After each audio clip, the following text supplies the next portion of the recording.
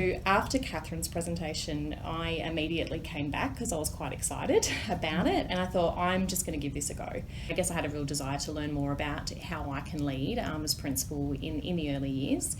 especially in the preschool space. Whilst I have a wonderful team and a wonderful SLC who's really been leading in that team, I had this desire to be more involved.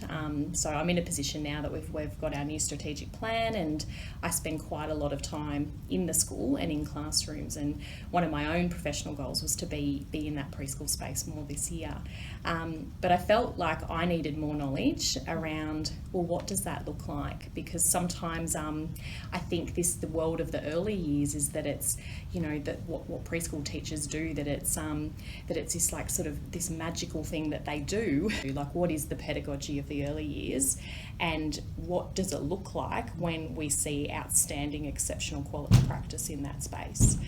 So I felt like I got such an insight into that from Catherine's presentation, particularly around the element of play, and that was something that she just articulated perfectly for me. I feel like I've just been on this steep learning curve, but the catalyst for that was going to Catherine's session.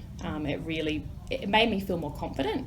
and gave me some really good starting points about how we're going to continue the journey of leading in those early years. And I think the thing that actually stopped us from progressing with this and making some changes in what would look like kind of traditional practice in a preschool setting was that I need to lead it. And as the principal, it needs to be me, and it needs to come from me, and I need to have a really rich, solid understanding about, well, what does that even mean, and what does it look like if we're doing it really well, and have a vision of that.